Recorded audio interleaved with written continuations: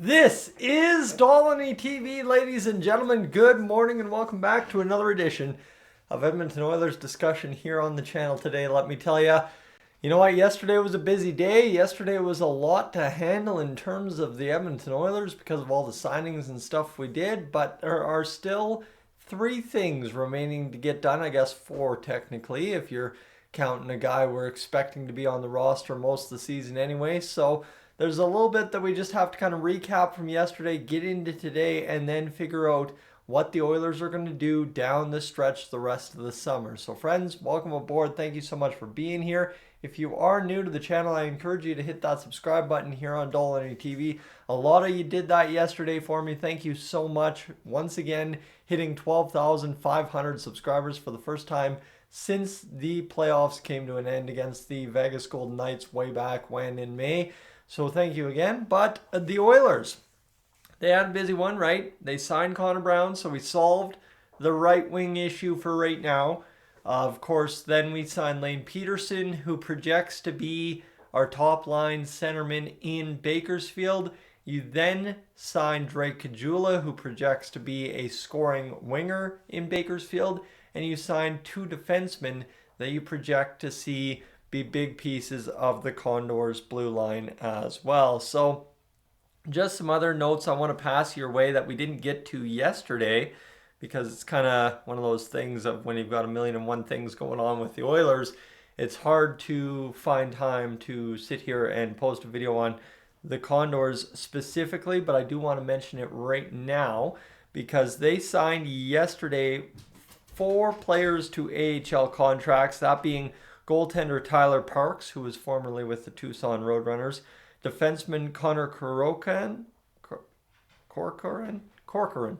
sorry, my bad, Jake Johnson, defenseman, and Cameron Wright.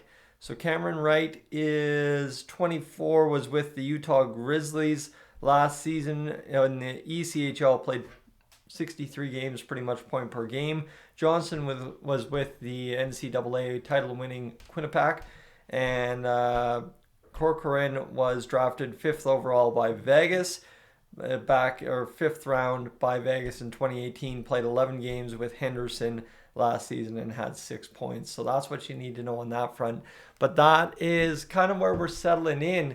The Condors, pretty much, I think the shopping is done for them from the Edmonton Oilers anyway, right? You get 2 defensemen, you get a winger, and you get, of course, Lane Peterson as your top line centerman. You'll figure out who graduates onto the Condors this season from our rookie kind of camp coming up here shortly, I'm sure.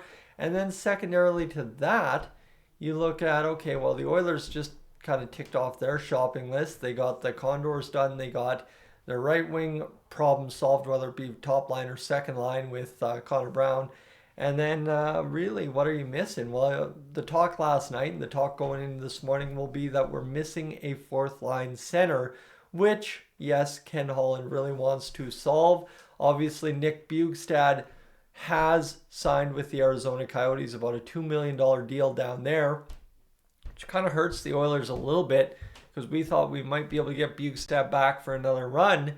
However, as I was joking around with Patrick in his comments section yesterday, is simply, I think the consensus from everybody I've talked to over the past 24 hours is that Bouchard signing in Arizona pretty much makes him available once again next year in 2024's trade deadline as an acquisition for the Oilers at the deadline. So yes, we have to pay an asset, but again, you know what you're getting and you know what you like out of them, so that won't be necessarily a bad thing. But that still leaves us a 4th line centerman short of saying that this free agency first week has been a success. Obviously, you're always going to sit here and talk about guys that you can go out and get somewhere else along the way, whether it be in training camp, whether it be in that last week of August, whether it be sometime in late July. There's always guys still available, but right now you're talking about the most guys available for the best quality guys available as well, I guess you could say.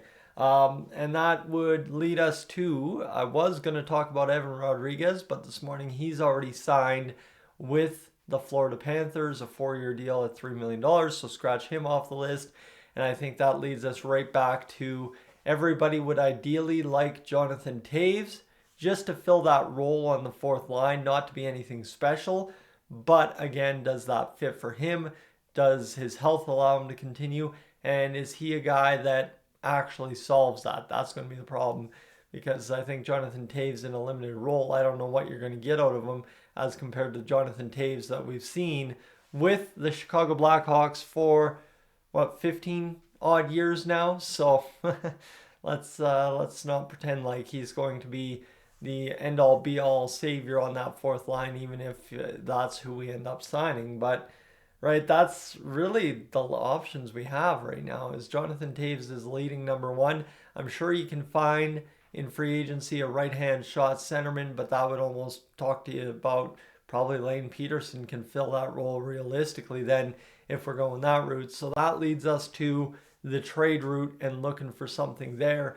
And I believe open-endedly that the Oilers will explore the trade market quite a bit to try and find that right-hand shot, low-cost centerman that allows you to kind of fill out the roster a little bit, right? You could run a winger and a center on the 11-7, or you could run two wingers on a given night. I don't know how much this fourth line centerman has to play, but I imagine that if you're going to go trade for him, that it's probably going to be a guy that you want to play quite a bit in your lineup. So again, even with the 11-7, he'd figure in there quite a bit. So be interesting, I guess, to see what the Edmonton Oilers end up running here in the next week or so, because free agency wide open right now. There's a ton of guys available, but does anyone really fit the profile? I honestly haven't seen anything that jumps off the page at me, and nobody that really, I think, allows the Oilers to go out and get what they need out of the free agent or trade market as of yet. So that's where we're currently sitting, friends. And of course, you know what? There's still the additions of a couple more depth guys, I'm sure. Like I said, the shopping for Bakersfield should probably be done at this point, but I don't think it'll end, because you'll always want to have a couple extra guys kicking around. I think Drake Caggiula is a great bubble guy that if you need him for 4 games, you can have him for 4 games. And same with Lane Peterson, but I don't know if the Oilers quite want to run just with those two guys being your 14th, 15th forwards, or if they want to try and figure it out. But that's where we transition now to, realistically, they shouldn't have to, because you've still got Evan Bouchard, Ryan McLeod, and Raphael Lavoie to sign via RFA free agency. And realistically, that's just something that's going to happen. Obviously, Ken Holland was pretty precise on it's a bridge deal for Evan Bouchard, but it'll get done. Same with Ryan McLeod. And then obviously Raphael Lavoie probably takes league minimum, if not $800,000, and you figure him into the roster quite a bit here. And I think that's, if you had a pecking order of who's coming up from Bakersfield this year, whether it be night 1 or night 5 or night 16, it's going to be Raphael Lavoie number 1, and then it's going to be Lane Peterson number 2, and then it's going to be Drake Caggiula number 3. You can throw in some other guys we've had come up over the past year in there as well, but you're talking about guys with NHL experience. That's who I'd be looking at this point. Friends, I'm Tyson, this is Stolany TV. Thank you so much for being along for the ride. You can hear my voice failing me. Got to get some food in my stomach and then get out and get moving for the day. First day leaving the house all weekend, so we better get to that. I'm up on out of here.